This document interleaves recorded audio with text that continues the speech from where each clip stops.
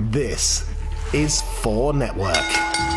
Ladies and gentlemen, the following podcast is Wrestling Daft and is scheduled for 1 hour. Maybe more. It has no real time limits, making their way into your ears. First, from a place called Barneston, he is the Pyramid. Rab Florence! Margaret, a Fiend coming out. You stick that big red light bulb on for a Fiend. And his partner, the top end of Stevenson. Honky Tonk Man's going to take the bump for us. He's going to bump for it. I'm going to take the bump for you. Oh, here you go. Hello, everybody. Welcome to Wrestling Daft. Get that music off. Turn that off now. Cut my music. Cut the fucking music. I always remember Shane Douglas on a show. There was about 20 folk in the crowd. Half of them are Waynes. None of them. There's like one person that knows Shane Douglas. Cut the fucking music. The boss and dads go, oh, that's a bit far. That's a bit much. Listening to Grado there. My fellow host of Wrestling Daft. My name's Rab Florence, and he's telling you a wee story about something that happened in the wrestling world, because that's what this podcast is all about. We're Wrestling Daft, aren't we, Grado? Oh, can't get enough there. Sorry, I'm in Grado's between panels here, man. I'm eating a chicken royale. He's in between panels. He's eating a chicken royale. He's got a wee bottle of Oasis there on the table. He's got a big box of Maltesers. Let me tell you something. We're looking for some sponsors on this show. So, just getting that out. There's some free ones for yous. Everybody, listen, I want to thank you all for listening so regularly. Our numbers are going through the roof.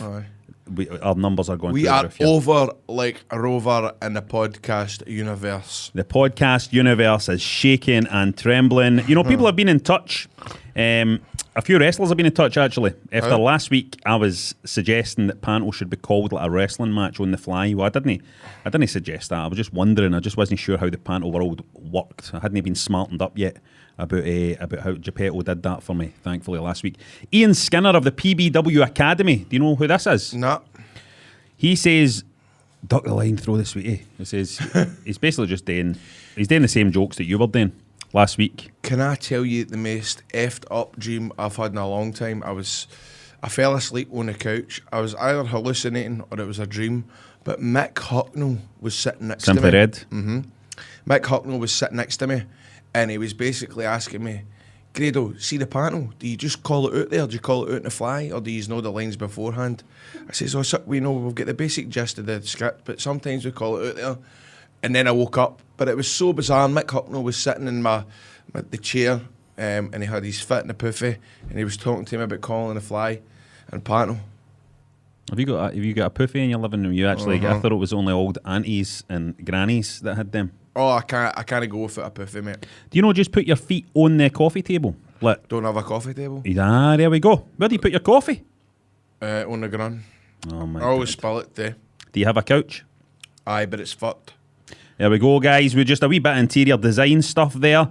Never, ever get in touch with this show again and repeat a fucking joke that Grado did, right? Don't try and get yourself lured by going, I'll just join in with the boys and say a line that's similar to what they said. We've done it. We've covered it. We've moved on to a new angle. That's the way we operate. The new angle.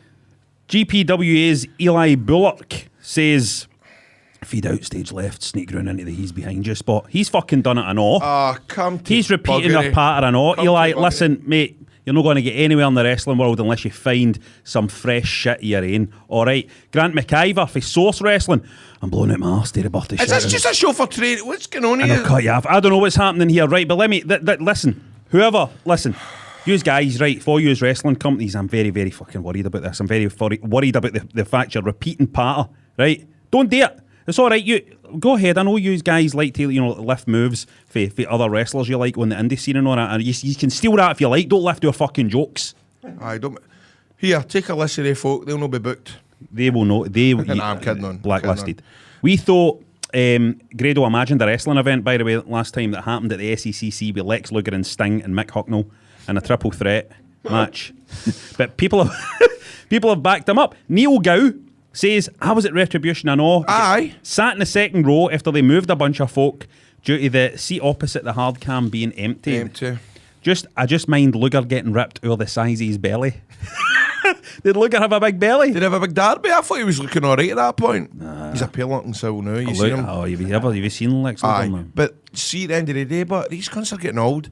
I hate when you see videos at wrestlers now and go, look at Nick him. Look, folk grow old. It's like Conan, shout out to Conan, one of my very, very good mates. Every time he texts me, he always tells me he loves me. And honestly, it's... Right, do you hold on here? Do you mean Conan O'Brien, the talk show host, or do you mean Conan the Destroyer, Arnold Schwarzenegger, or do you mean Conan the wrestler? Who do you think? Viva la raza! Olale! Arriba la raza! There's a lovely, lovely video on Instagram of me and Conan in a hotel room, and he let me do the Viva la raza! What do you mean he let you do it? What do you mean he let you do it? Do you need to get permission off Conan to do that, to shout that? Aye. Just in case he might have tell me to fuck off, Mark. Could you have got an interview with Conan for this show at some point? Mm-hmm. But because so if I say that I think Conan is and always has been fucking rotten. Shut up!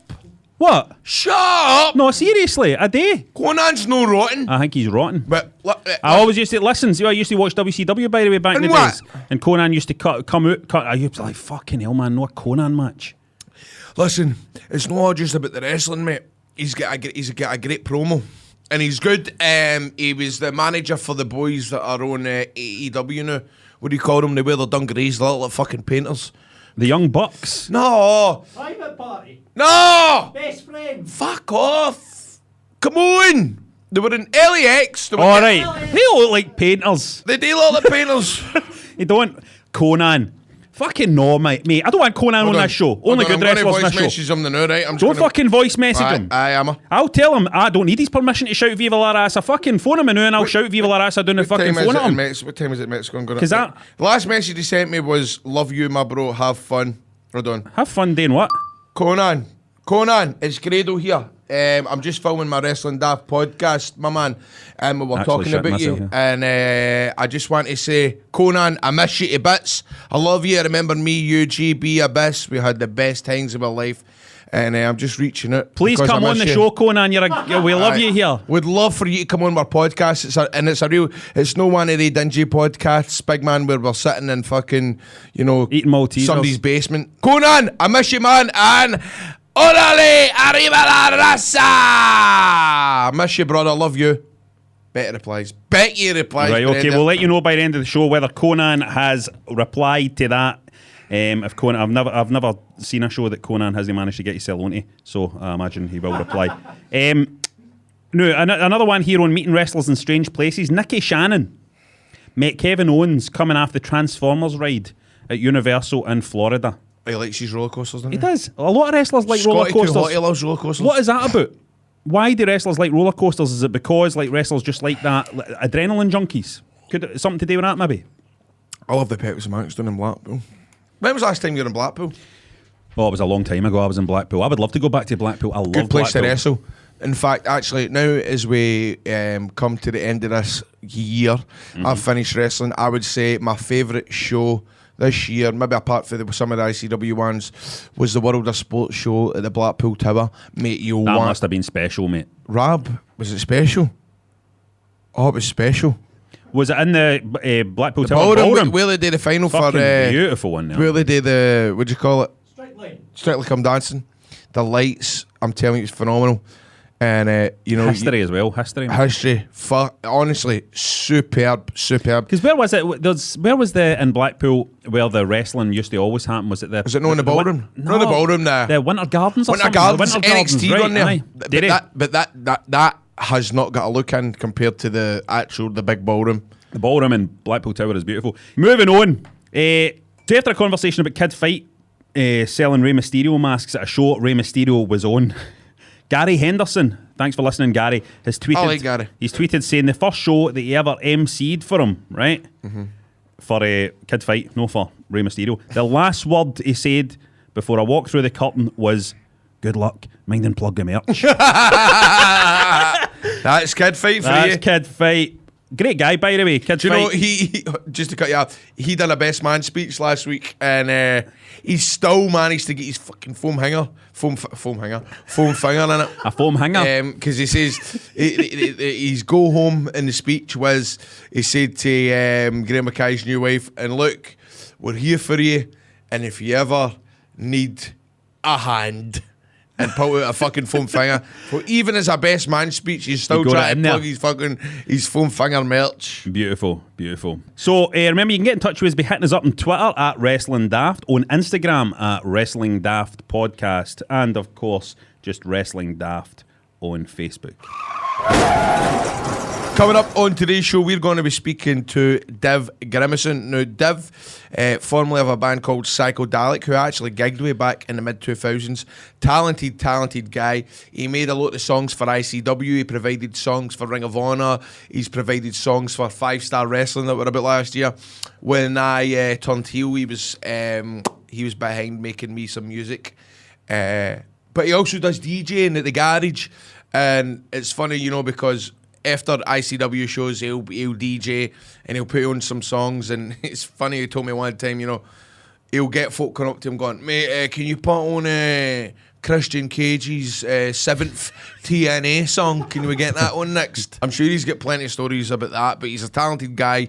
He's done a lot of songs for the wrestlers, and I'm looking forward to speaking to him. It's going to be interesting to hear about all that. It must be a big moment when you hear your entrance music, because you could fucking hate it as well, couldn't you? I mean, there's that fear, isn't there? There's that fear you could hear it and be like, oh no. When TNA done me Like a Prayer version, but it was, you know how they done that in WCW, and then they done it in TNA as well. You know, DDP had like Smells Like Teen Spirit, but it was like a fucking shitty rip-off. And TNA done me a Like a Prayer, but it was absolute buzz. And we had done a loop using it. Then the next loop, they had totally smartened me up to my new theme song, and it kicked in, and I'd never listened to it until I came out. So I'm having to dance to this new song, and I don't know where it's gone and whatever. But also at the same time, remember one night in TGI's, me and Eric Tompkins, shout out to Eric Tompkins, he's a producer. He had a library of songs for new music, and I swear to God, man, we got this song for me, and honestly, I prefer it to Like a Prayer. I prefer it to Like a Prayer. Let's see if we can try and get it on show. We need to hear it. We're good to put it on right now. Right, we're ready. Hold on. What are you doing? Right, this isn't it. This is right now.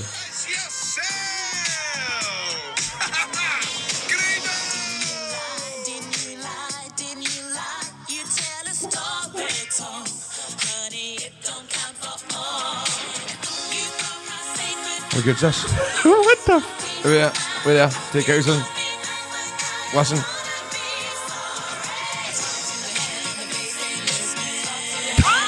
To the fucking hand! It's like the entrance music for one of the Real Housewives of fucking... Talk to the hand, cause the face ain't listening. Talk to the hand and the face ain't listening. Well, that's just mental. And the one before, the music I had before that, I done a PA at Vienna's in Paisley, right? And I went, they're playing tunes like that. And now, please welcome Grado. And I thought they were going to play Like a Prayer, but they put on this. Vienna's in Paisley, right? Listen, I like this bit. It's kind of Madonna, and this is what I used to come up to Vienna's. You listen. Here he is. Here comes Grado. Right, listen.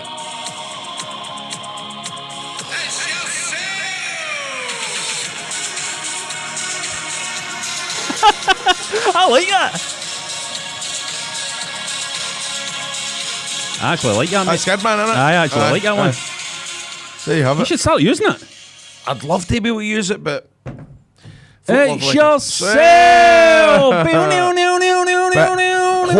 Hopefully Dev will have, sorry as I shake my Maltesers, hopefully Dev will have the GR Radio song. Yeah. I'm going to text him now and make sure he's got it. This is exciting. I love hearing entrance music. I'm going to ask this now. Could somebody out there please make me an entrance theme. I'm not going to give you any money for it or anything, but going to give me, because great, I'm sitting You're here. always saying that you need to give money to folk. You're a hypocrite. I'm sitting listening. Well, no, I'm just saying if they want to do it as a wee fun project, right? But make it good. Don't make it shite, and spend at least 3 weeks on it. Now, last week, Grado, you remember, said he was going to watch loads of wrestling, right? And we were going to quiz him on it, right? So here we go. It's time now to play our new game show where we test Grado on his lies. Who wants to be a wrestling fan? So here we go. Let's play. Who wants to be a wrestling fan? Grado, for 10 points, which tag team cut off the promo between Drew McIntyre and Randy Orton? The Revival. I'm afraid it was the OC. OC? It was the OC. Who are they?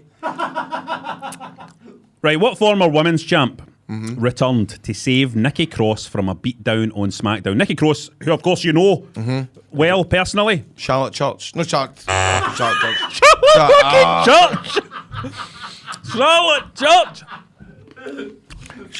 Charlotte Flair, no. No, it wasn't Charlotte Flair. You won me. Give me one, women's champion. It was Alexa Bliss. Right, okay. I've moved on. I go with that. Right, you need remember there's folk listening. Stop shooting so hard in that. What animal? What animal dinosaur? What animal?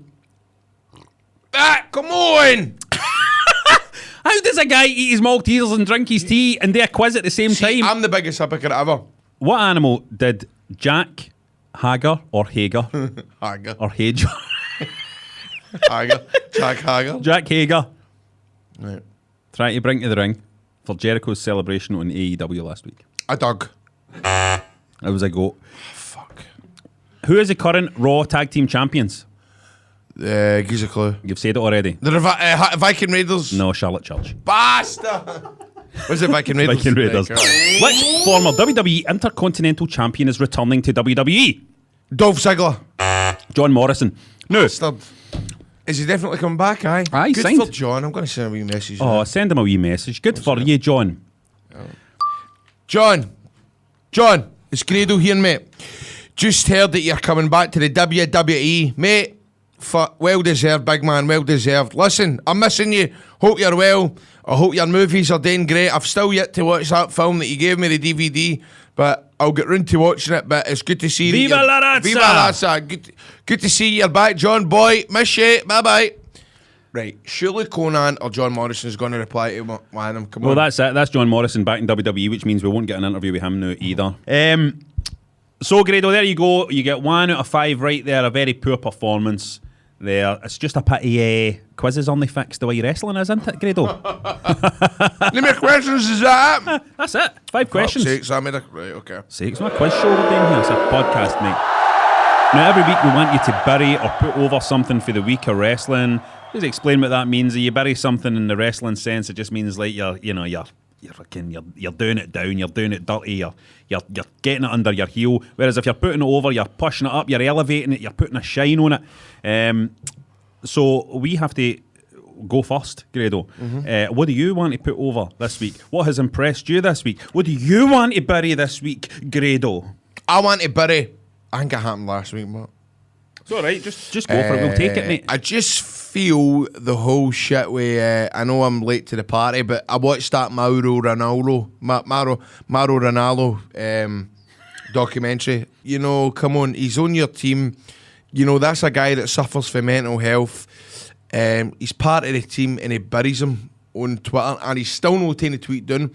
I thought it was interesting that the day before he did tweet Mauro Ronaldo, he posted some sort of meme about how, you know, social media has now gave a platform for folk to say their opinions without getting a slap in the face. Yet, fast forward 24 hours later, he's basically contradicted himself and taking the piss out of Mauro Ronaldo. Corey Graves has the vibe of being a bit of a wank. Oh, doesn't he? absolutely. I mean, he's just... Absolutely. Even just... And he's a prick. I don't want to say this, right, but even just the way the guy looks, you can tell by looking at him, the guy's a prick, can't you? Aye. You look at somebody like us too, you're like, they're brand new. You're thinking, they guys have got to be good guys, because fucking look at them. That's what you say. When you look at us, you're like, look at the fucking state of A2. They'll need to be good guys to get through life. You know what I mean? But a guy like Corey Graves, big handsome guy, tattooed and all that. not handsome. He's a prick. He's not handsome. Oh, come on. He's pretty fucking... He's quite sexy. He is. Don't just sit there fucking Geppetto sitting there saying Corey Graves isn't he handsome? Yeah, but, you know, no, so you want to bury Corey Graves. Come on, man. 6 foot under. What do you want to put over, though? This week I want to put over myself. Oh, that's a fucking surprise. Yep. This is now a week into Geppetto. Geppetto. Sorry, Pinocchio. It's a week into Pinocchio. He's new. He thinks the name of the plant was Geppetto. Just to let you know, I've been killing it. You've been killing it. Do you know songs? Right. Here's the deal. So I get a song in October to sing, Rhythm of Life, and I battered through it. Totally spent so many hours trying to nail it. Practiced it 2 or 3 times a day. Done it in front of my family and all that. Bit of a redneck, stood in the middle of the living room singing a song and dancing and all that. My big moment, my first ever solo. Does it the first night. But when it went to actually doing a show, beforehand I'm doing a lot of jumping about. Oh, you can walk, you can talk. You're blowing it your And I was born in my fucking ass. And I couldn't sing bass. Stop.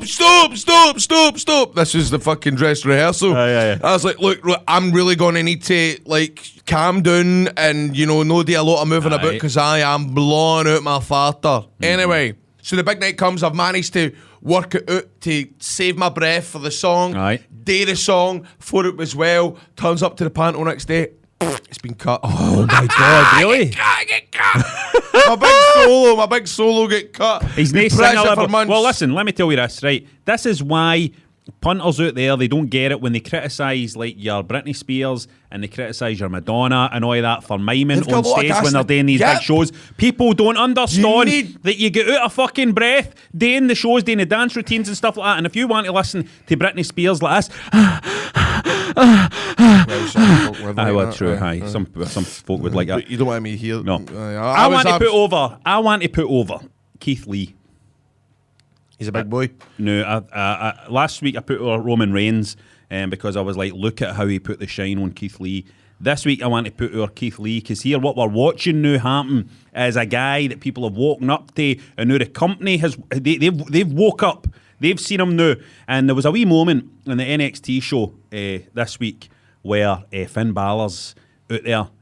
He's doing his business, doing his heel stuff. He's in the corner. He's preparing himself right to come in for the kill. Right? And big Keith Lee just fucking rises up behind him, right? In the camera shot, just rises up behind him, man, like a monster, right? And he just looked like a superstar. The guy, it's exciting. It's exciting when you see this happening in wrestling, when somebody just organically just goes boom, just rises up. And he's a big, and that's what I love in wrestling. All these, these kind of skinny, slim guys. You know what I mean? It's the thing about Undisputed Era that, they're all kind of these just slim guys that I feel like I could battle them all. Honestly, Grado, I feel like I could battle them. Do you know what? I always thought that about Edge. You feel like you could batter Edge? I could batter you. Like, do you know what I mean? No intimidating one bit. No, and that's what I love about, Keith Lee. a big guy like Keith Lee, because I look at him and I'm like, he'll fucking snap me in half, man. 2 minutes to snap me in half. If he gave me a hug, he'd kill me hugging me, never mind try to kill me, you know what I mean? That's what I'm wanting. Here's what I want to bury. Have you seen what, Grado? The Fiend's custom wrestling belt. What's he got a belt for? The Fiend has his own belt because he's the champ, right? So he's the WWE champion? Fuck, man, he's this. Welcome to the wrestling podcast, Wrestling Daft. The Fiend is the champ. Yeah, I need to Google that belt. The Fiend is the champ. Now, Grado's now going to Google to have a look at that. Now, what do you think? Have a guess what the Fiend's belt looks like. A face. A face? Is that a face? Right, have a Google. Have a Google. That's a really good guess. It's either the face or it's a fucking light bulb. It's like... It should be, shouldn't it? Right. What a lovely guy, by the way. Who? The Fiend. Have you met the Fiend? Met my colleagues going in Glasgow. Oh, that's right. Right. You're fucking his gimmick here, by the way, saying that he's a lovely guy, the Fiend. It's not that one. Oh my God, Eric, he's a lovely guy, the Fiend. Hold on. It's not that, is it? Imagine. Right, hold on, what's his name? Bray Wyatt. It's Bray Wyatt, isn't it? Is his name still called Bray Wyatt? Imagine. Bray Wyatt belt. Imagine a Hulk Hogan belt that was designed in the same style as this. Hulk Hogan's Oh my fucking God, face. is that it there? That's it. That's shite. That's fucking terrible. That's meant to be a heavyweight title. It's meant to be a heavyweight title. That's like a Wayne's costume for fucking excess stock. It looks like you would see it in a pound shop Or at is Halloween. it that? Is it that one? No. No! I That wish would it be was that better. one. I That wish would it be was good, that that one. one. No, it's his fucking mad face. That's crud. Stretched across a belt. That's crud. That's crud. Honestly, that is crud. That's that's 4 times more than I've heard the No word crud way, in the past man. 10 years. That's Just happened to. fucking crud. That's crud. So what happens if somebody wins? You're not wanting that. If fucking Daniel Bryan beats him for that belt, it's going to have to be Daniel Bryan's face stretched No. across it. His face. Vince McMahon has said that if now on, the world title belt is going to be all faces. No, just on it. Faces stretched across the fucking belt. I'm not having it. What's happening, mate? I'm not having it. It's happening. What the fuck was wrong with the Winged Eagle? The global belt? What happened to the big gold? Why did they fuck about with the belts? Seriously, why did they fuck about with the belts? They used to criticise. Tradition! They used to criticise 12 guys. pints of gold! They used to criticise guys like Hulk Hogan and Kevin Nash, right, for being too full of themselves, for trying to put themselves over all the time, right? I'll tell you what Hulk Hogan and Kevin Nash never fucking did, right? What? Big Sexy never said, I'm a champion, put my fucking face Coupon on the belt. aye. Put my coupon on the belt! Fuck off! Get your fucking Fuck face off. off the belt! Off. Fuck off! Can you please somehow get word to Jericho that Rab Florence has a funny idea, right? Jericho should come out on AEW next week or the week after with a belt with his face on it. That's funny. Fucking message him. Right, okay. Message him. Tell Jericho that he should be coming out in AEW with a belt with his fucking face stretched across it. It'll be hilarious, man. It'll be fucking hilarious.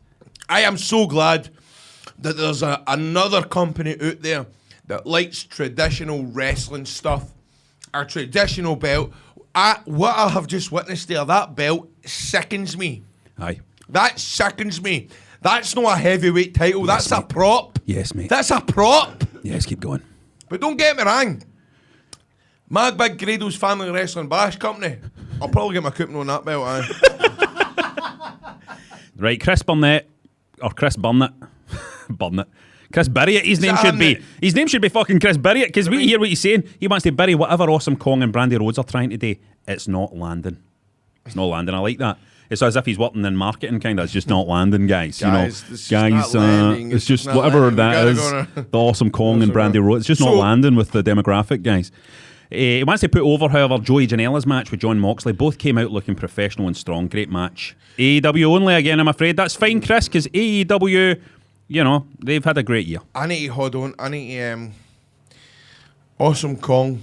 Me and her had a very long conversation about macaroni and cheese, and she told me that she had the perfect macaroni and cheese. And I'm sure she probably had it at Thanksgiving there last week. But I'll need to remind her next time I see her that she did say she was going to make me macaroni. So That's the kind of content you come to this podcast for, Yep. folks. Rich wants to put over Jungle Boy getting a push, facing Le Champion. We know who that is, Chris Jericho. But he wants to bury the Fiend's fucking belt. I don't know what's worse, that red bother. fucking light or that belt. Well played, Rich. what I've got to say is we need to find out more about the Jungle Boy. Who was his old man? Luke Perry. It was Luke Perry. Luke Perry. No, what I'm saying is there needs to be a backstory of Jungle Boy. Why is he called Jungle Boy? What's the deal? Is he Mowgli? You know, was he Aye. brought up in the jungle? What's his story? You can't just put him on the telly and say, this boy's called Jungle Boy. He needs to be promoted. There needs to be a backstory. Find out about him. What's the deal? What's he jungling for? Aye, what's he jungling about? What are you jungling about, What wee you man? jungling on What the fuck about? are you jungling about? Aye, aye. Wee man. Do you know how you beat Jungle Boy? Go for the jungler. I love that. Listen, I think AEW needs a wee bit of... I'm surprised there's no quite as much character development on that show as I thought there would be. I thought they would be a wee bit better in the character development front than they are. They haven't really been doing that. They had the Blade and the Butcher debuting. Right. And what's his name, the commentator? The other commentator, no JR. Excalibur. He's like, it's a Blade and a Butcher! It's a Blade and a Butcher! And JR's like, who? Who is who? The Blade and the Butcher. Nothing else. And there's been nothing Nay other. since. JR was giving him the lead in. JR was like, here's your lead in, tell us the story, geez a wee bit of story, geez something. Nothing. There was nothing. So and the fans were just all going like, who the fuck are these two guys?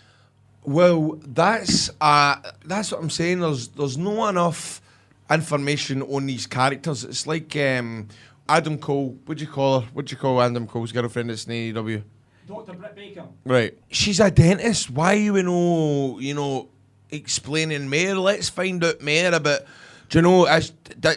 So does she wrestle at the weekends and then Monday to Friday she's doing fillings and that? Well, this is exactly the thing. There needs to be that character development. It needs to be. I mean, look at Geppetto, for example, right? You know about Geppetto. He wants a boy. He wants a son. Loves right? Nardinis. Yep. He loves a fish and chips. He wants to builds a boy out of wood. Right? He builds a boy out of wood. Right? The boy comes to life. You know his story. You get it. He can't fucking get his way through a song without fucking having a heart attack. Right? Right, you know his story. Right, CJ Steele wants to put over NXT, letting more than one person at a time feud over the top belt. Makes it look like a coveted prize that everybody should be fighting for. Yes, there's a lot of people on that NXT show wanting that title, which makes much more sense than the kind of these stripped down storylines that they have on the big shows. CJ Steele wants to bury anything that Ricochet says on a mic. Shouldn't bury him near a mic. I know that superheroes are real part, isn't his fault, but man, is it pish. You say that Ricochet shouldn't be anywhere near a mic? I'm not saying he can't talk, but he doesn't need to. He doesn't need to, does he? This is exactly the thing. He's talking in the ring, man. He's such a phenomenal athlete. A guy that can do that in the ring doesn't need to be I'd love to talking. wrestle him before he went back in the Indies. Paul Harvey wants to put over Keith Lee. Listen, I am sorry the world get denied that fucking Ricochet and Grado match, by the way.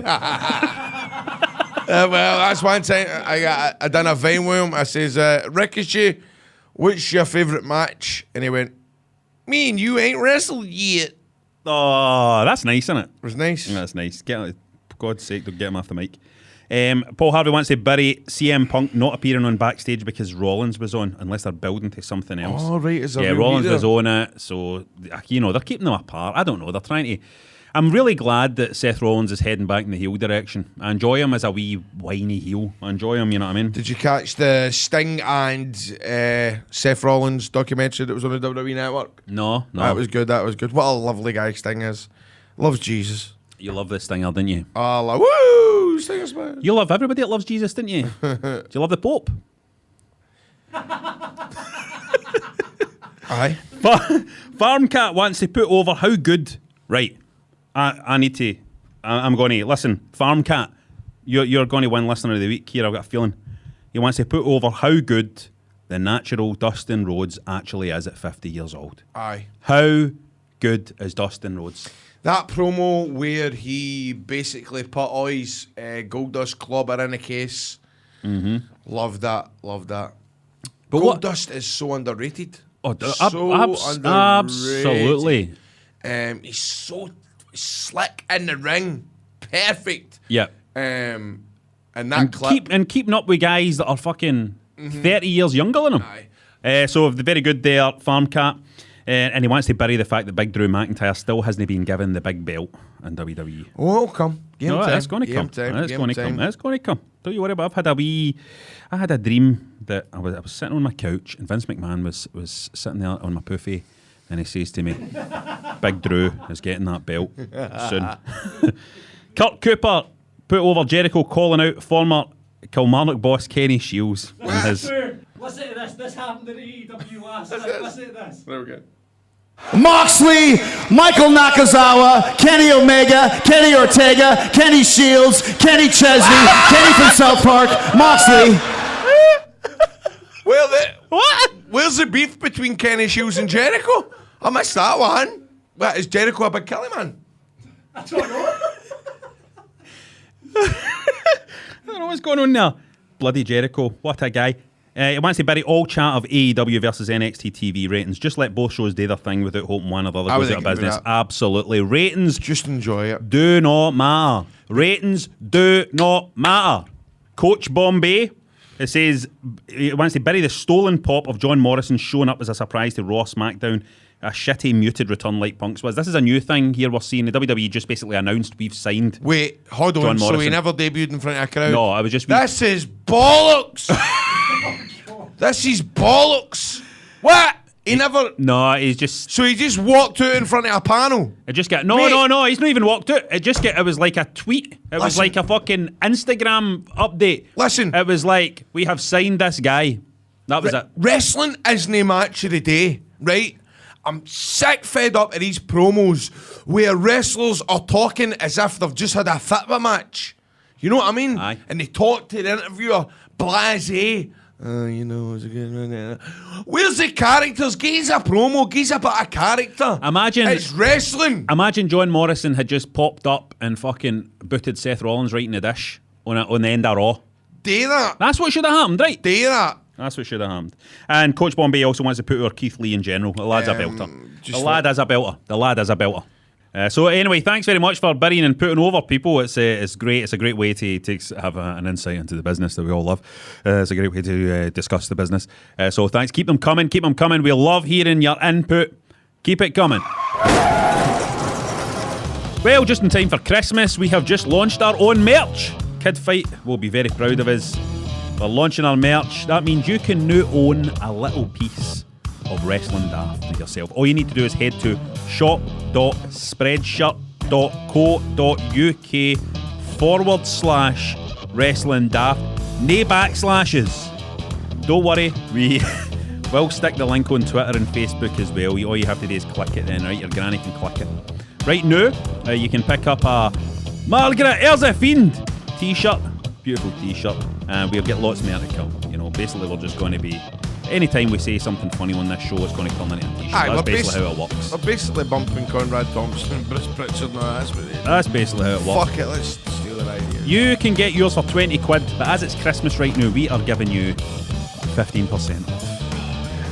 5% off, 5% off, no, not 5% off, no, 5% off, no, 10% off, 10% off, no hen, no, 10% off, 10% off, 12% off, no hen, no, 12% off, 14%, no, hen, no, 14% off, 15% off. That's the way the butcher guy doing it at the bars does it. 15% off, so make yourself a wrestling Santa. Get on that ho-ho-ho train. Oh, yeah, I'll see you down there. And treat your loved ones this Christmas to a Wrestling Daft t-shirt. They will be pleased. You just made the list! It's time now for our list of Wrestling Daft, and it's a big one this episode because it is our Wrestlers of the Year list. Play the triumphant music. As we approach the end of the year, it's time to look back on some of the best wrestling of 2019 on the list of Wrestling Daft, and we want to start by looking at the best professional wrestlers of 2019. Now, I'm going to let Grado go first this time because right. I want to hear what the pro says. So it's my favourite wrestlers of the year. Aye. Well, he's just actually starting doing it now. This is amazing. He's already got a name down. While we're waiting for Grado to do this, I'm going to go through some of the punters, what yous have said. Mark Joss wants to go for Becky Lynch. Feels that Becky Lynch has carried the WWE for the majority of the year. And Chris Fofer wants to go for Will Ospreay. Fair enough. An honourable mention for Kofi Kingston. Scott McKenzie is going for Adam Cole, baby. Been in a lot of the matches of the year contenders in NXT. Kenny Sutherland. It has to be the youngest ever AEW World Champion, Le Champion, Chris Jericho. Grado, what's your list? Right, 3, 2, 1. 3 first. Right, okay, my third wrestler of the year is going to go to Sha Samuels. Oh, for God's sake. What? He's your mate. And what? That's all right. You're But allowed listen, to pick your mate. You're allowed to pick no, your because mate. you know what? He's honestly, he's turned his career around.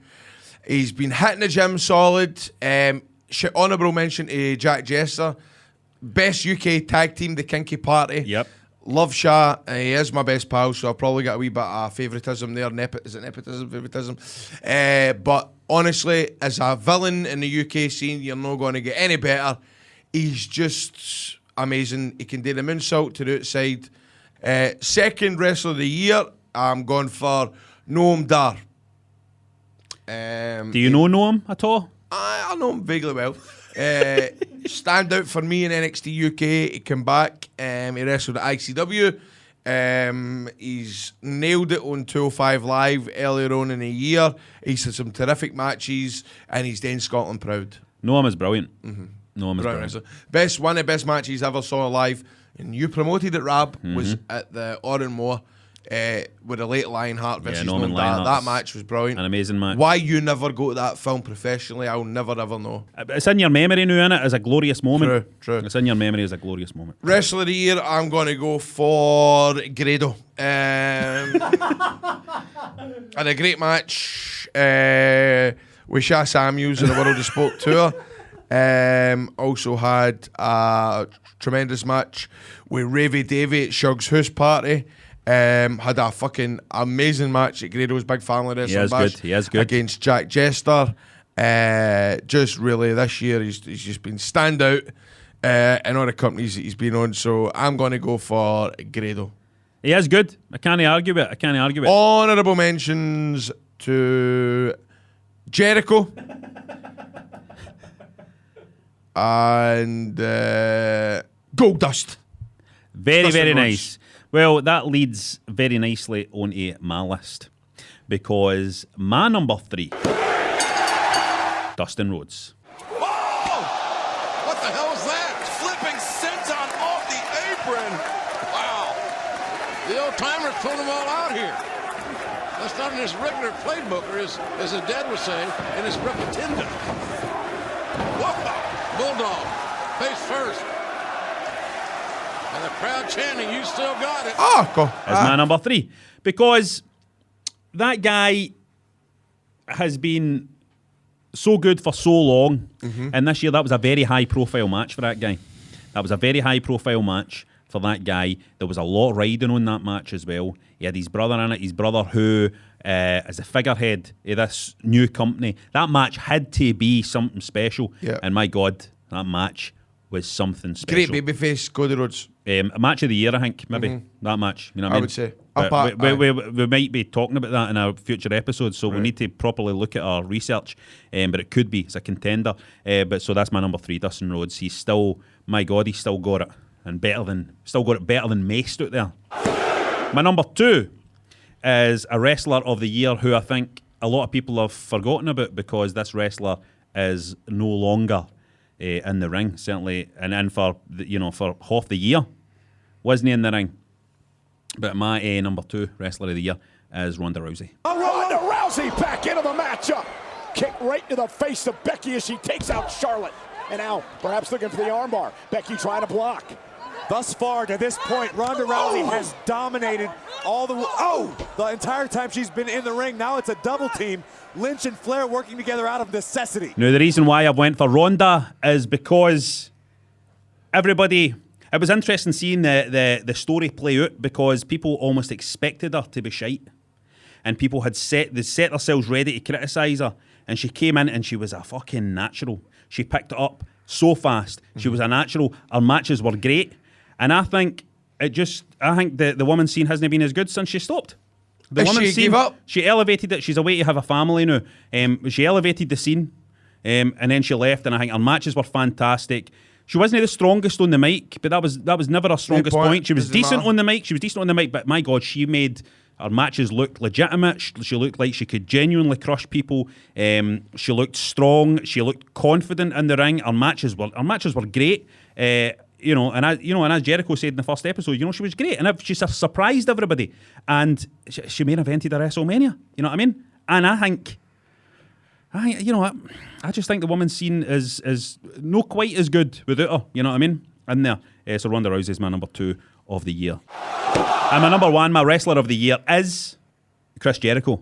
It unquestionably, for me, has to be Chris Jericho. First AEW champion.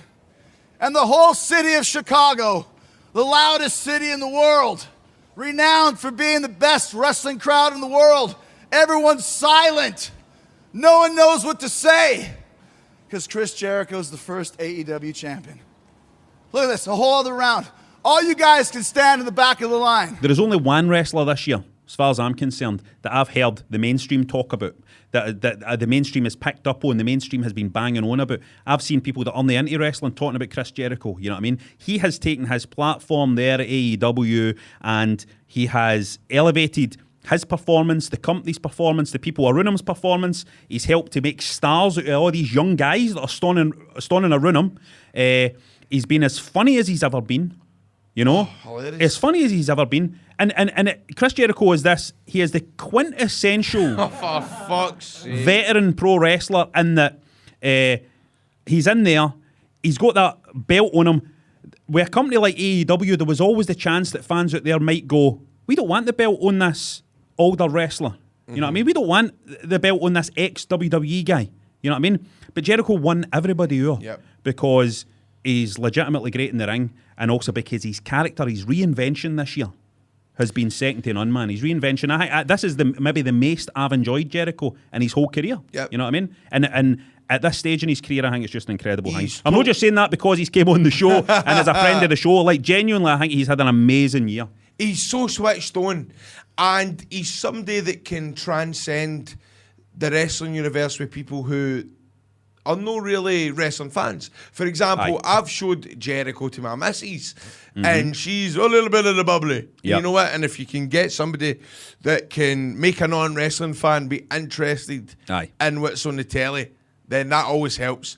Jericho is the master of reinventing himself. He knows what he's doing. He knows, and he feels very in touch with everything that's going on. Yeah, he never feels out his depth or out of touch with things. You know what I mean? If you go back to the archives, Wrestling Daft listeners, he was our first guest, and you know, he took the time to speak to us for an hour. Well, there's that as well. And you know what? He was so switched on. A guy, he's definitely in his prime. Absolutely in his prime. He's just, it's the most I've ever enjoyed him. He's done brilliantly. Mike McFarlane wants to say Rhea Ripley, and I think that's a great shout. Rhea Ripley's had a great year. Dylan Gemmell says Cody, no contest. Cody just missed my list, to be honest. Cody has had a fantastic year. I'll tell you who else has just missed my list, and this might surprise a lot of people out there. Who? MJF? No. Okay. Orange Cassidy. Yeah. Orange Cassidy has just missed my list. I wouldn't put him on because you're conflicted. You know what I mean? Because you're kind of like, this is no pro wrestling the way I love pro wrestling, right? But Orange Cassidy as a character and a style of performance that I would be naturally, I would have a natural tendency to hate that. You know what I mean? To be like, this is a joke. I don't want this. You know what I mean? But that guy executes that role so well, you know what I mean? You can't help but laugh at it. You know what I mean? And you need a spot on a show where it's something like that, you know what I mean? You need a spot on a show where it's something like that. Man. So fair play to him for making that work. And the guy, and again, it's that thing about the wider audience are going to see a guy like that and they're going to laugh along with it and they're going to think, this guy's cool as fuck. Look at him, his wee fucking kicks, his wee taps and all that. It's funny, man. But you know it's what I mean? funny how wrestling is subjective, because then you've got Cornette who absolutely buries him. To an extent, I get it, because you're like, that's no pro wrestling. Like, what is that? But but it's something else on the card, and being able to execute a character that well with that amount of polish, it has to be respected. You could easily say about fucking Jim Cornette when he was younger, like, why is this fat guy jumping about with a fucking tennis racket? All these wrestlers would have fucking wrecked this annoying wee guy. There's no way this wee guy should be at fucking ringside, because these wrestlers would have wrecked this annoying wee fat guy with a fucking tennis racket. You know what I mean? You could easily say that and all. Well, you know what? The thing I say about Cornette, I mean, I love listening to him, and I know you don't have much time for him, but I listen to his podcast. But I'll never forget, and I'm sure I've mentioned it before, but if you watch Beyond the Mat, he sees a spot that he's never seen before, and he goes, oh, I ain't seen that before. So it shows you that he does have the ability to like new things, even though he doesn't let it on. Even though he doesn't let it on. I know that he watches some of the stuff, he rips absolute shit out the Young Bucks, but I know deep down he likes some of the stuff that he does. He's a worker. And Jason Robb 1991 says that the wrestler of the year is Funaki. Just quickly want to give a Listener of the Week award that has to go to Farmcat, who is aware enough to realise that Big Dustin Rhodes, anybody that gives props to Dustin Rhodes is good in my book. Farmcat is our Listener of the Week. Well done. Let's get a wee belt photoshopped onto your body. I hope your body's in good shape. Ready for this? Ready for this photo? Next, we are joined by Dev Grimason. He's a Scottish music composer. He's written for entrance music for AEW, Ring of Honor, ICW, New Japan, Ring of Honor, the full lot. A talented guy. I used to gig with him back in the day in the mid-2000s under Psychodelic. This guy can create a wrestling song and a half. Dev, my man, how's it going? Hiya. Hiya! Thanks for having us on, guys. Mate, how did you get into making songs for wrestlers? We had wrote a tune called Crank, and I had asked Alice, can we film that in the wrestling ring at one of the Mark shows in Dallas the of Apollos? ICW. Sorry, Mark Dallas of ICW, that is. Yes, Mark Dallas of ICW, and it was an ICW show in the Apollo, and he was going to let us film in it during the day before the show started. But then that kind of snowballed a wee bit because Jester was like, "Here, can I use it?" And then I started This is the if you want some, Yes, come and yes. get some. It's the ICW. It's synonymous with ICW. Yep. And it was Yes. also Jester's song for years and years, wasn't it? Yes, and That's then a it great became song, the mate. Fight Club song, and Jester still used it at the same time as well. Yep. And then obviously And, Joe Hendry parodied it, didn't he? So if you want some, Come and get some. So I done that, and then BT Gunn was like, "Here, have you got any other tunes?" So I was like, I've got a few here, man. So then he picked one, and then I was sitting playing Warcraft one day, and I got a phone call after, and he was like, "Here, see that other song? Can I use that in TNA?" And I was like, "Aye. Just take it." And how does that go about? Did you speak to? It was Dale Oliver that was doing TNA music at the time, was it? Yes. And he was all right with you? completely cool with it. How was that deal structured, man? I want to hear how the deal was structured. Oh, here we go. So, they were like, "Right, aye, let us use it, and we'll promote you and all that." And I was like, "Oh, this is brilliant." Get absolutely fuck all promotion. And some other person uploaded the song to YouTube. It wasn't even TNA. So, daft wee guys at the time as well. You just kind of soak it up, but trial and error. But did you make like a library as such so that ICW could pick it? Yes. Aye. So this library is still ongoing. Obviously, when ICW struck their working relationship with WWE, we decided to do a complete overhaul of all the music. But by this time, I had started learning and finding my own groove in making songs. Yeah. And I must have busted it, I don't know, about 300-400 songs. I think it's up to about 500 now. Seriously, man? Round about 500, because for a while there, I was doing a song a day or a song every 2 days. I think it worked out a song every 2 days over the space of 2.5 years or something. That's like Prince. That's what it's like Prince. So you're up like all night in your own wee Paisley Park, making all these. What does it take to make a wrestling entrance theme? What does a wrestling entrance theme need? I think this is the thing. What does a wrestling entrance theme need? Right, this is where I go off, and man, I'm going to sit up on my seat and cross my legs. This is what we're wanting. This is what we're wanting to hear.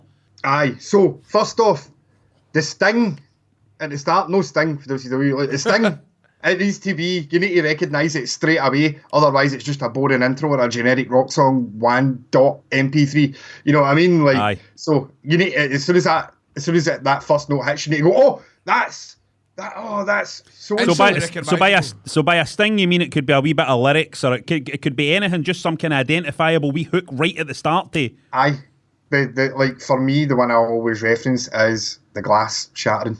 That's the stinging off. Aye. You know what I mean? The gong, things like that. Just it's got to be catchy. Even on the music side, it's got to be notes that make you go, "Oh, here." Aye. Like even the Shield, instantly you know that. Same for the 2 chords. And but through trial and error, I had learned, do not make your intro longer than 10 seconds. Otherwise, it takes away from the crowd kind of popping and coming out. It ends up dragging out. And so what I do is I get very OCD with this. And Grado, you can attest to this, that if I'm working on a song, I will hammer you constantly. We like, what about this? What about this? I love when you send me them. A day. I love to hear what you come up with. What kind of wrestlers recently have been asking you for music? So I'm currently finishing something up for Wrestle Kingdom that I can't tell you about, unfortunately, but I will. Oh, come on, mate. You always do that and you always go, don't share this to anybody, don't share this to anybody. No, that I would, but hey, you honestly, some of the songs that you've done, you really have nailed it. Is that the word? Appreciate that. What's your favourite one yourself, mate? Like, what one do you think you really nailed it? Like, this is one I love. If I hadn't have done this, I'd have wanted to have done this one. El Phantasmo's Bullet Club one he's using now. So I'm actually, I'm not going to lie, right? I'm fucking tidying up his song because the Wrestle Kingdom is going to sound better. Dave, that is amazing, mate. Flash on it. Dev, are you allowed to talk about Hibbard? Fucking right. Tell us about this, because this is brilliant. Right, so my wee mate Paul Maguire was in that band Cerebral Bore. He was the videographer for the one of the Howard Jones tours. So Howard Jones sang for Killswitch Engage. Yep. He's a big holy diver. Oh, the guy's voice is just pure money. And I had messaged him saying, because I really liked wrestling and that, and I had messaged him saying, yeah, I'll wait and ask him how he's not sung in one of my tunes yet.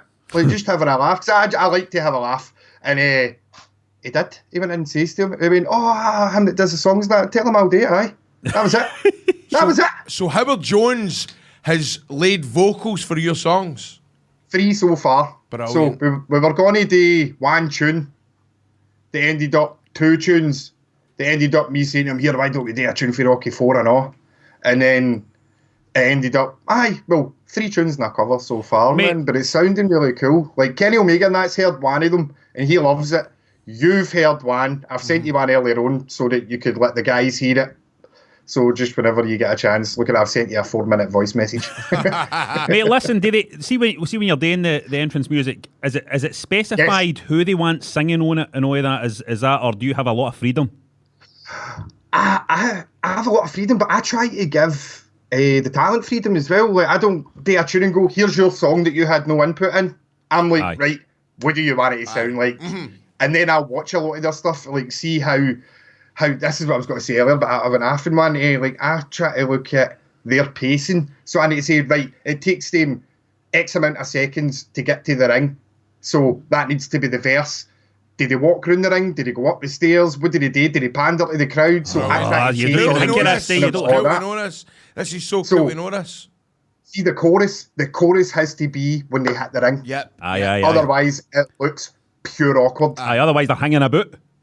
They're fucking hanging about waiting for it. These things like Mr. Brightside and all that, and then when they get to the ring, it's the slow music bit. Come on, what the fuck? And it's so important. The entrance music is one of the most important things about your character. It's a first impression, isn't it? It's the first impression you make. But here, Dev, I mean, you're no stranger to being out there and performing in front of a live crowd. You toured with Limp Bizkit. I did, aye. Toured with Limp Bizkit. How did that come about? Me and Fred Durst used to sit and play Modern Warfare 2 and Halo 3, and I had never told him that I was in a band. And somebody else told him, and then I go to hear, how come you never told me you were in a band? And I was like, because I didn't want to be that guy. Aye. And then he heard the music, which is kind of similar to Limp Bizkit, and he was like, yeah, that's all right. And he probably respected the fact you won there, like going, mate, he's a fucking dick. Suck up his ass. And aye, man, he was just. This is what I'm trying to get Grado to fucking learn all the time when he's suiting up the arses or these American wrestlers. I know, it's like, I'm doing a tune now with Brian Pillman Jr., right? Right. Oh, that's cool. That's so fucking That's cool. And man. are you getting, like, obviously, like, what would you say, like what's that word I'm looking for? Inspiration for his father. Are you getting inspiration for his father's song? No. I know. So I sent him stuff kind of similar to his father's song, but then Brian Pillman Jr.'s a massive gamer. Right. So it was just like, here, you look like Ken from Street Fighter. Why don't we do a tune like Ken from Street Fighter? So I went and recorded Ken's theme anyway, because I've got this thing in December. I always do gaming covers. It's just my thing, right? But then I was like, here, I've got this. Why change this up and that? And he was like, aye. So basically, right, he doesn't need it right now because he's in MLW, so we're taking our time now. But the problem is see, because I like playing games and he likes playing games, we're not getting as much of the tune done because Warcraft the Warcraft Classic came out, Shenmue came out, and fucking I went and bought a SNES Mini, and mate, so we are taking our time, but it's brilliant. Mate, can I just say, on that level as well? Can I just interrupt here, just to say something, right? See, as he's talking here, he's wearing that, he's got a Doom hoodie on, right? So I want you to visualise this, right? As he's doing this interview, sitting there with a Doom hoodie on. Now, he can't see me, on screen, right? I need to move position so he can see me. Wait, you see this? Wait, see what I'm wearing. Let's see where Rab's going. No fucking way! No way! I've got a Doom hoodie on and all. I have no idea what Doom is. I think it's a computer game. Grado's got no idea what Doom even is. I mean, I don't even know how you fucking move through this universe without knowing that. But there it is. The last Doom as well, there's a tune in that. I actually based Bram's tune on the Doom tune. Brilliant. Right, that's why it's low. It's like an 8-string guitar, because there's a tune in Doom when the music kicks in, you Aye. just want to fucking murder everybody. Aye. And that's what I based his song. You know the tune I'm on about that. I know what you're on about. I know what you're on about. Everybody's getting it. Whose music do you want today? The new fucking... I don't know, man. Fucking... I don't know, because the new one I've done with Howard, so the new one that I've done with Howard. Who's getting that? Who's getting that? That was originally ideas me and Kenny Omega were tossing about. Right. And then he went with a different one, a vocal one. It's cracking. It's got vocals in it. I should have fucking thought of that at the time, but I didn't. But I've ended up with a good deal of it, because then I sent it to Howard and I was like, yeah, listen to this tune, man. It's pure 80s synthwave cheddar, man. They vocals on that. And it sounds fucking magic. See, the thing is, that's cool exposure for AEW if they've got Howard Jones on one of their songs. Aye, man. That is, It'd innit? be cool, man. But Dev, see the turnaround that you can do in as well. I remember, man, being down in Plymouth, right, for 5-star wrestling. And they're like, look, you can't use Like a Prayer. Aye. And I'm like, Dev, I need a song the night. The night, not even tomorrow. The night. I need a song the night. And I don't know how the Grado is yourself. You just says to me, do you think you'd be able to do something like DISEO, but do Grado and change a couple of notes and put a bit of rock in it? And I went, say no fucking more, my man. There you go. And That he done it. You've sent me a clip. I'm going to play it for the punters.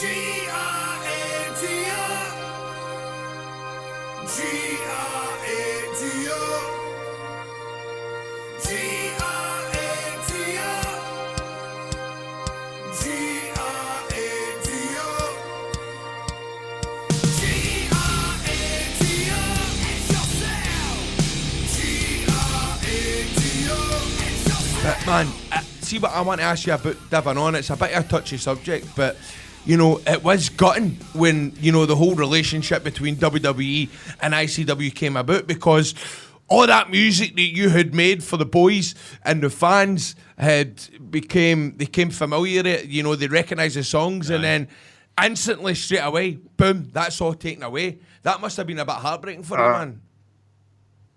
I was in a fucking 3-month bad mood, man. I'm not gonna lie, I done absolutely fuck all. Of course. Just sat on my bed. And you know what? That's the thing. I always remember at the Hydro, right? We wrestled at Hydro last year, and there was an after party in Box, and I overheard a fan saying, man, you know what? It was a good show, but it's the music. The music's completely changed. And that's a big part, you know, ICW. As I say, my brother, who wasn't necessarily a big wrestling fan, but he was like, oh, I love the music. The music's brilliant. So it's a bit of a scunner that had to happen. That's amazing. Don't get me wrong, but it's good that you're getting these opportunities to write for MLW, Ring of Honor. Aye, well, that's the thing, man. Like, it was gutting, but I still appreciate being able to do that for ICW, because it made me, I mean, I'm still learning things, but it made me learn my craft, really. So like, I'll be forever grateful, man. Do you know what I mean? It was gutting. And the thing about you were saying about entrances as well, what I felt bad for was the voice, because your entrance is part of your character. So when you get a new song, it's like starting all over again. And you don't think about that, but that is a big deal, you know, like your character, and you've got so used to your entrance and how you come to the ring and how the fans perceive you. When that gets taken away, man, that's a big chunk, man, because obviously that was like one of my biggest things. I always remember TNA, here I go again. Here I go again. But the deal was, you know, I had debuted for TNA at the Hydro, and we used Like a Prayer, and it was the best fucking feeling ever. TNA had said, by the way, we've got the rights to Like a Prayer. They're going to do it. They're going to let us use it. 24 hours before it was meant to debut on Pop T, or I think it was Destination America, we got an email for, I think it was Warner or whoever it was, the following request for Like a Prayer has unfortunately been denied by Madonna. It was Madonna herself that put a stop to it. And that was the reason why I couldn't use it, and I had to use one of Dale Oliver's. It always surprised me that Madonna said no to that. Exactly. It surprised me. The biggest mistake I done with that, say yes Madonna was the hashtag, and it made the news, and Loose Women wanted me to come on and talk about it. Aye. The worst thing about it was, what I should have done was, let's all buy this song to get her up the charts. I don't know if it would have made much of a dent, but, you know, it could have made as much for enough for her to say, all right, let this wee fat cunt use it. Aye. I just don't know, you know, a performer should respect another performer. Why do they fucking care? You know what I mean? Exactly. Here's a question for yous. What's your favourite entrance songs? Oh, here we go now. There's that many, mate. Do you know what I love? Do you know what I really love, Dev? Scott Hall's Marvellous Me. Aye.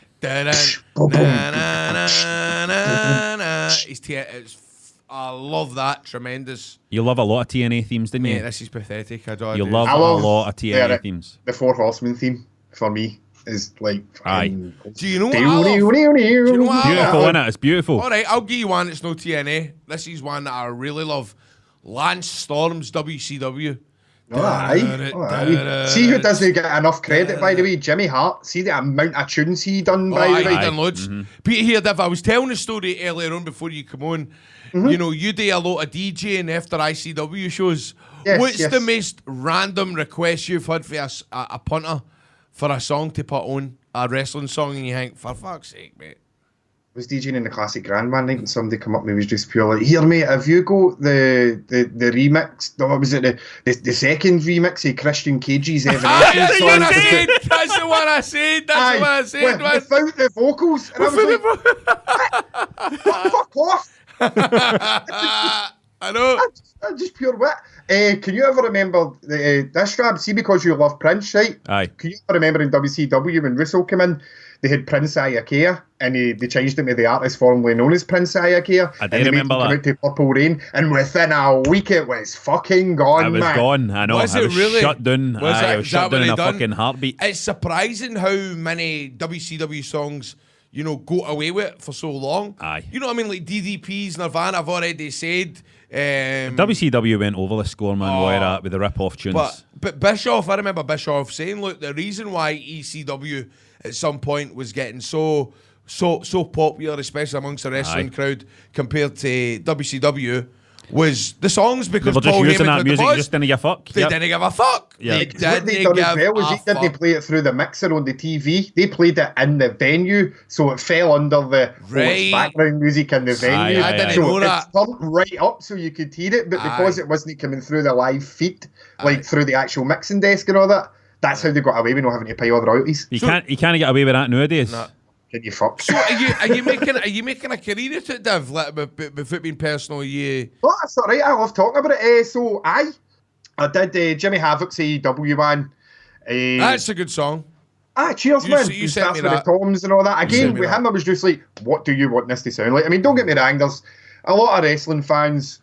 A few wrestling fans of the progress nature that are moaning that it isn't AFI, but they don't realise times change, Jimmy changes. Me and Jimmy wrote this song. You know what I mean? The way see, even if I'm recording all the music and a wrestler helps me arrange a song, I consider that part of the writing process as well, because after all, it's their song. Doing some New Japan stuff, the new and bits and bobs. And you know how you were saying, is there somebody's tune you would like today? Yep. That guy in Ring of Honor, man, that's Silas Young. Oh, I don't know what it's about him, man. He looks like Jake. He looks like a pure man. He is. He looks like an actual grown man. He calls does he not call himself like the last real man of wrestling? Because he puffs fags, he's got his tash, he drinks. The tash. He's got the stubbly beard as well. He's mate, you need to write something for him. Shaved with a tash.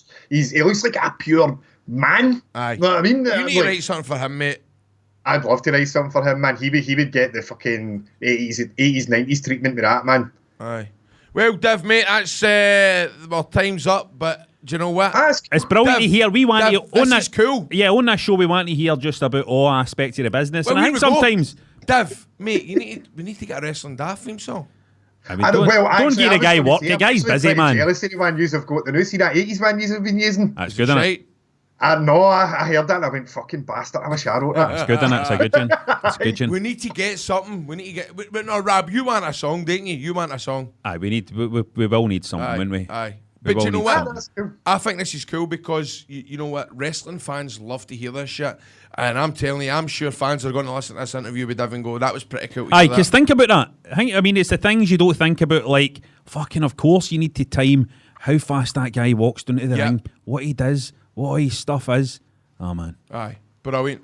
Right, Dev. And when you're naming the song as well, you need to make sure it's something to do with the character rather than fucking just some random. This song's called Cabbage. .mp3. What do you think of it? What do you think of the new version? What do you think of the Fiend's music? I love it, man. It's brilliant, isn't it? I mean, it's fucking brilliant, to be fair. But I like it. Aye. And to be fair, that is cracking what they've done. They've kept it Bray Wyatt's music, but they've just fucking gave it this. Well, even that, I was reading that the band that done it says they done it in the fly. You know what I mean? So they didn't get a hot with the same theme or a different one in a big stock folder, but they went and recorded it on the fly, made it sound absolutely minted, and they went, here, listen to this when you use it. Really? Aye. Because I'm sure I read an interview with Bray Wyatt where he was sitting at the Performance Centre, and they've got about 40,000 songs, and he I know the one you're on about. Yeah. Aye, He went, that's the one. You know what I mean? Brilliant. Because it can work in two ways, doesn't it? It's not always just like music inspired by the wrestler. The wrestler can be inspired by the music, I know. You know what I mean? Because like sitting listening to all that music, it can drain the brain. But man, he sat for a couple of days, going through everything until he found that and went, that's the one. That's amazing. Beautiful, man. Thanks so much for coming on. Dev, that was quality. Thanks for having me on. It was an absolute pleasure. I'm singing James Stormont in Kilmarnock on Saturday. Oh! You're singing James Stormont in Kilmarnock on Saturday, this Saturday? Aye. Right, where is that? Your damn luck. Kilmarnock Grand Hall. Doors are about 7 or something. Door 7, Kilmarnock Grand Hall. Tickets still on sale? Tickets are still on sale, yes. Okay, so if you want to come along and see that. So him and BT Gunn are tag teaming, and I'm singing the Perry remote, so I will be fucking knackered after that. My Final Fantasy VII album's out. You can check it out. It's called Midgar. I'm doing some more gaming covers now. Because I like what I do is see to kind of recharge the batteries. I stopped wrestling music for a while, and then I picked tunes. So I've just done Bloody Tears for Castlevania and Ken's Team and all that. So I'm going to be releasing all that soon as well. And for folk that like gaming, really. Aye. But it's been an and there'll be absolute plenty pleasure. of them that listen to this, I think, as well. So beautiful. All right, man. Cheers. Right. We'll let you go. All right. Cheers, Dad. That was fucking brilliant, mate. Bye, buddy. Mate. See you soon. Bye-bye. See you later. Bye-bye. It's now time for your chance to win beer in our Beer 52 match of the week. Last week, our match was Jody Fleisch versus Johnny Storm at CZW Best of the Best 2. And we asked you, what arena did that take place in? And the answer was the old ECW arena in Philadelphia, the Viking Hall, the Bingo Hall. So congrats to Chris Burnett. Chris Burnett. I think so. He's already been on this week. He is. Yeah. But now we've got more chances for you to win beer. We pick a classic wrestling match for you to watch, and all you've got to do is answer the question regarding to it, right? Everybody that gets answered right will get into a draw to win the beer. You can enter easily. All you need to do is check out the match that we're asking the question about and enter through the Wrestling Daft Facebook page or replying to the tweet on Twitter at Wrestling Daft. I have to stress, winners must be over 18 and stay in the UK. Well, no winners, it's entrants surely that have to be 18 and stay in the UK. That's true. That's true. Yeah. This week's match is from 2001. It's the gimmick battle royal for WrestleMania 17. Oh, yes. You had everybody on that. Who was on it? We had Hillbilly Jim, Bushwhackers were on there. Or a shite of the day. I'm going to take a bump for you. He was there. He was there. Now, the winner of that match was the Iron Sheik. He won that match, surprisingly. I didn't think he would win it. No, it was a surprise. That was a surprise. But there is a reason why he won that match, right? Mm-hmm. And that is the question. Why did Iron Sheik basically huff to win this match? Why did he go over? Answer that question correctly and you can get free beer for Beer 52.